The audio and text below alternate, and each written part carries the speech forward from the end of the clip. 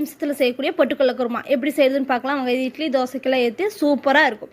ஒரு மிக்ஸி ஜாரில் 1 ஸ்பூன் சோம்பு, ஒரு கைப்பிடி அளவு தேங்காய், ஒரு 2 கைப்பிடி அளவுக்கு பொட்டுக்கடலை போட்டு அரைச்சி ஒரு ஓரமாக வச்சுருங்க. அடுத்து ஒரு குக்கரில் எண்ணெய் ஊற்றி ஹோல் ஸ்பைசஸ் பட்டை, கிராம்பு, ஏலக்காய் இதெல்லாம் போட்டு நல்லா பொரிஞ்சதுக்கப்புறம் 1 ஸ்பூன் சோம்பு போட்டு அதையும் நல்லா பொரிஞ்சு விட்டுருங்க. 2 மீடியம் சைஸ் பெரிய வெங்காயத்தை கட் பண்ணி வச்சுருக்கேன். அதையும் போட்டு நல்லா ஃப்ரை பண்ணி பச்சை வாடை போகிற அளவுக்கு நல்லா ஃப்ரை பண்ணி வதக்கிங்க.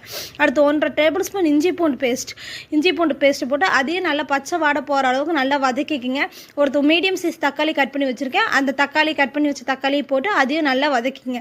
வதக்கிட்டு 1/4 ஸ்பூன் மஞ்சத்தூள், 1/2 ஸ்பூன் மிளகாய்த்தூள், 1/4 ஸ்பூன் மல்லித்தூள் இதையும் போட்டு உப்பு போட்டு நல்லா வதக்கிட்டு நம்ம அரைச்சி வச்சுருந்தாலும் மசாலா அதையும் தூக்கி கொட்டிட்டு நல்லா தண்ணி ஊற்றிங்க. பொட்டுக்கடலை குருமா கெட்டியாகும். உங்களுக்கு வேணுங்கிற அளவு தண்ணி ஊற்றினீங்கன்னா டேஸ்ட்டு சூப்பராக. உப்பு போட்டு நல்லா கொதி வரும்போது இடையில இறக்கி விடுங்க, அடி பிடிக்காமல் இருக்கட்டும். அடுத்து கடைசியாக கொத்தமல்லி தழை போட்டு இறக்குனீங்கன்னா சூப்பரான பொட்டுக்கடலை குருமா ரெடி. ஓகே, பாய்.